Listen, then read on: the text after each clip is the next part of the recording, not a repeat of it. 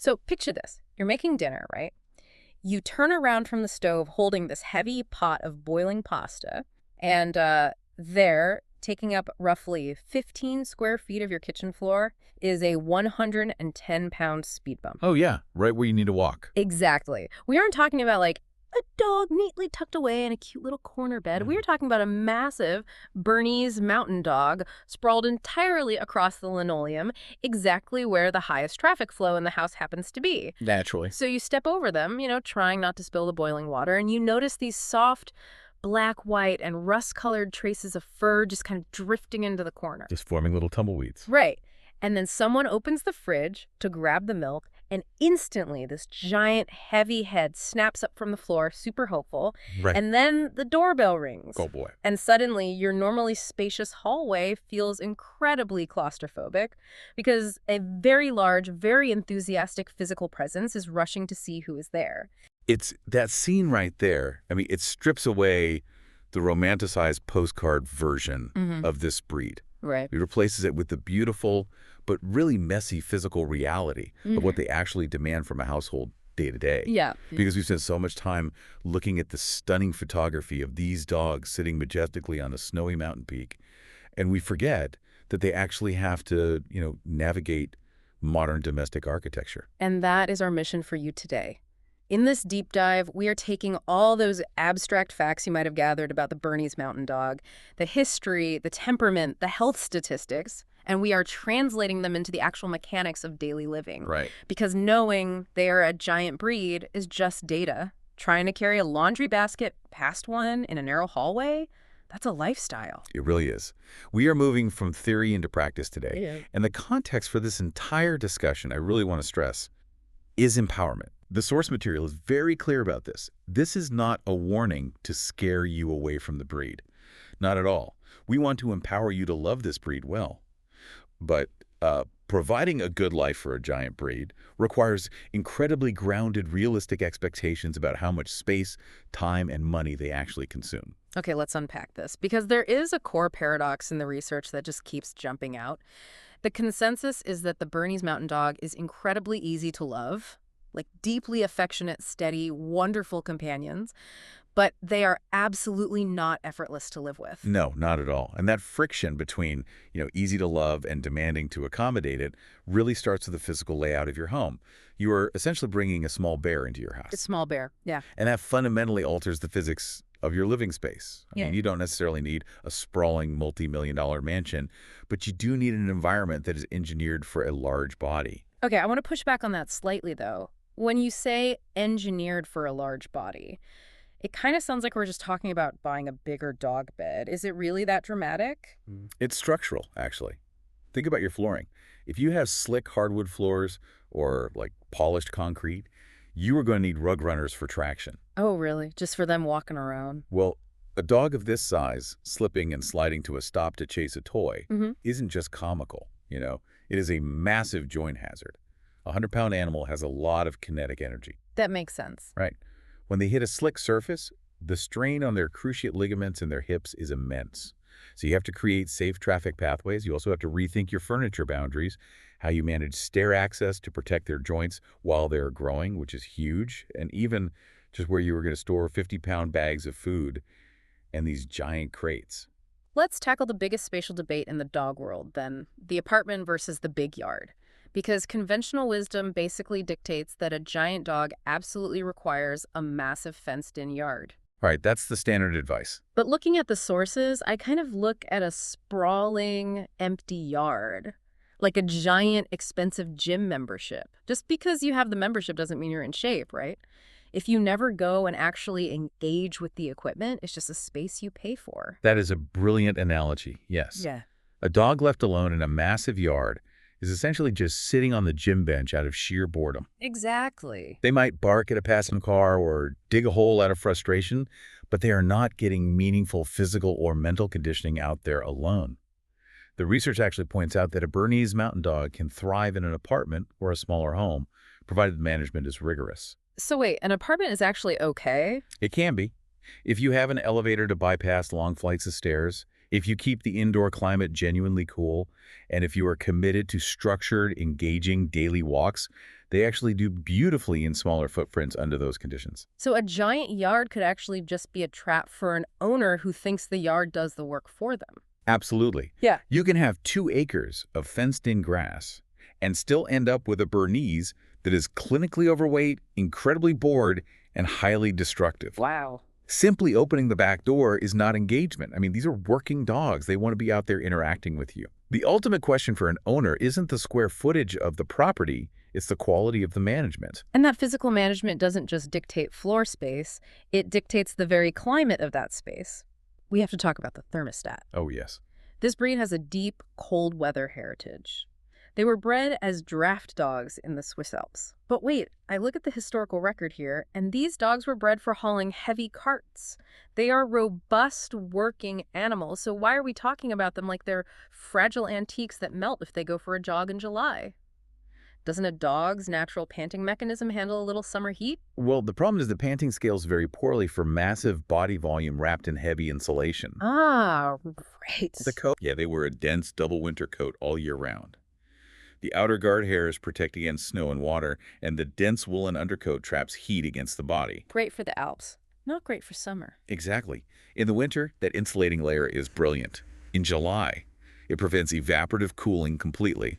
A 100-pound dog generates a massive amount of internal body heat just by moving, and their biological cooling system simply cannot keep up in high temperatures. Which means your entire daily schedule has to pivot based on the season. You cannot take them for a midday hike in the summer. Your walks have to happen at dawn or like late in the evening. It is a severe medical imperative.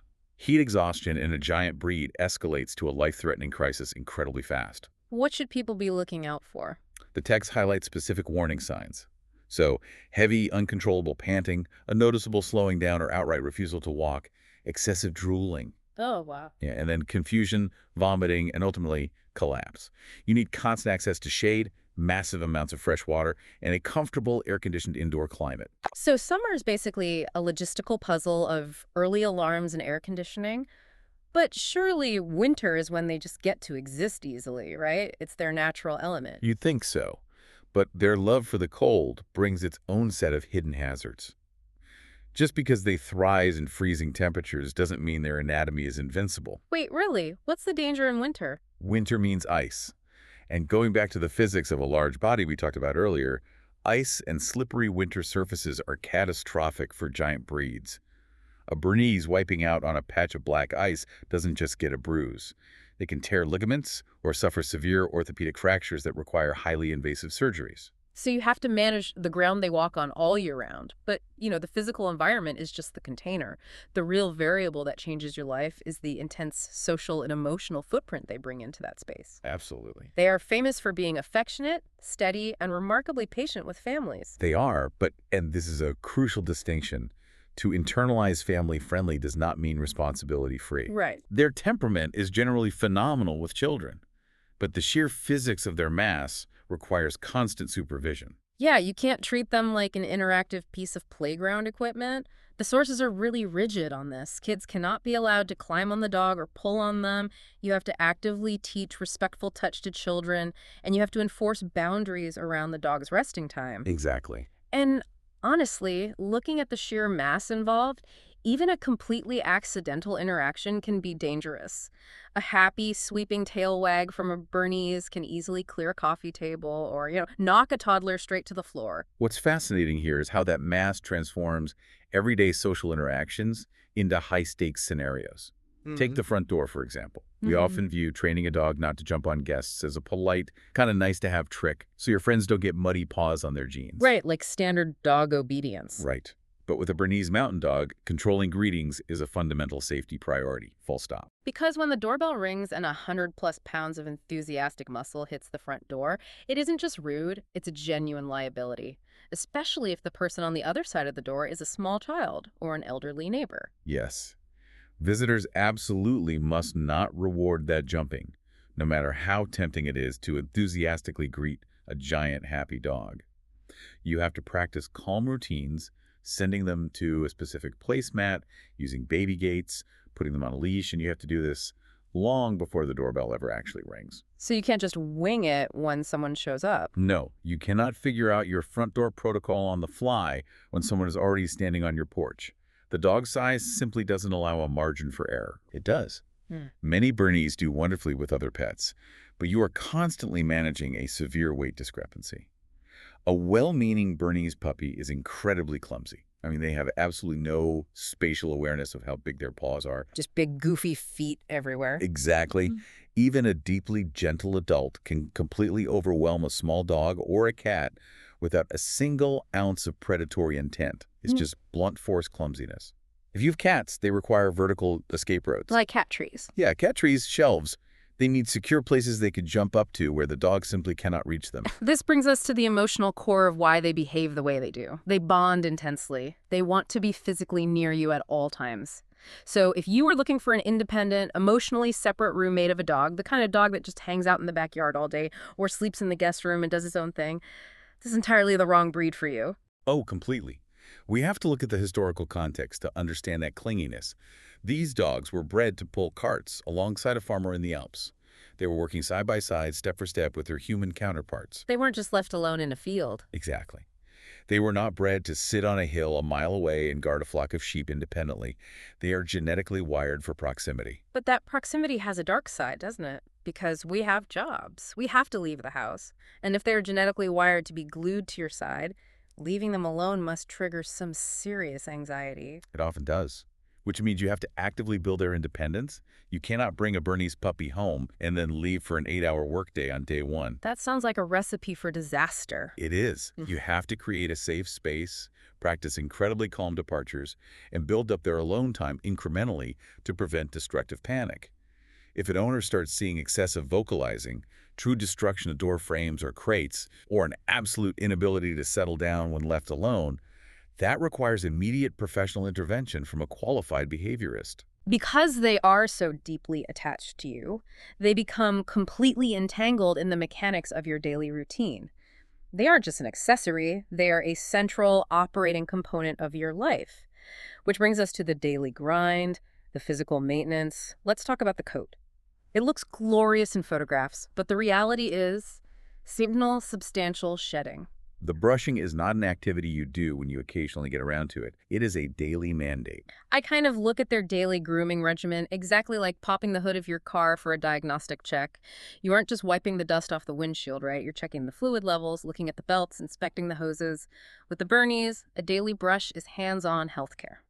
That's a great way to think about it, because if you skip that daily check, a small tangle behind the ear or under the armpit turns into a solid, matted pelt that pulls painfully on their skin with every single step they take. Yeah, it's awful. You are checking down into the dense undercoat. You are inspecting their skin for hot spots, which they are highly prone to because that thick coat can trap moisture. You are checking their ears, looking at their paws, the tail area, and monitoring their nail length. Loving a Bernese well means accepting the coat as a structural part of your life, not fighting a losing battle against it. And just like grooming is a daily diagnostic, exercise has to be a daily shared routine. You can't just be a weekend warrior with this breed. No. And forced intense running for puppies is incredibly detrimental to their developing growth plates. They need controlled movement when they are young, steady and consistent low-impact conditioning as adults to keep their joints supported by muscle, and careful adaptation when they become seniors. It's daily walks, sniffing, and mental stimulation. Okay, so if we connect this to the bigger picture, large love comes with remarkably large logistics, and large logistics are expensive. We really cannot gloss over the financial reality of owning a giant breed. No, we can't. If we connect this to the bigger picture, everything scales up, and the costs scale exponentially. Food is the obvious one. I mean, they eat massive portions to maintain that body mass. But the veterinary care is where it really hits you. Medications aren't a flat rate. Exactly. Drugs are dosed by volume and weight.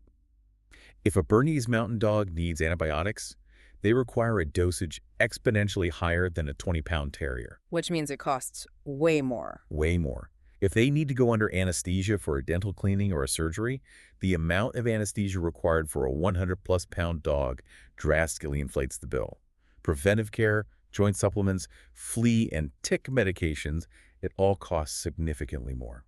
Not to mention the environmental equipment. You aren't buying a $20 bed from a big box store. You need high-quality, orthopedic, supportive bedding to prevent joint strain and pressure calluses. And as they age, you will likely need specialized ramps to help them get in and out of the car without injuring their spine or hips.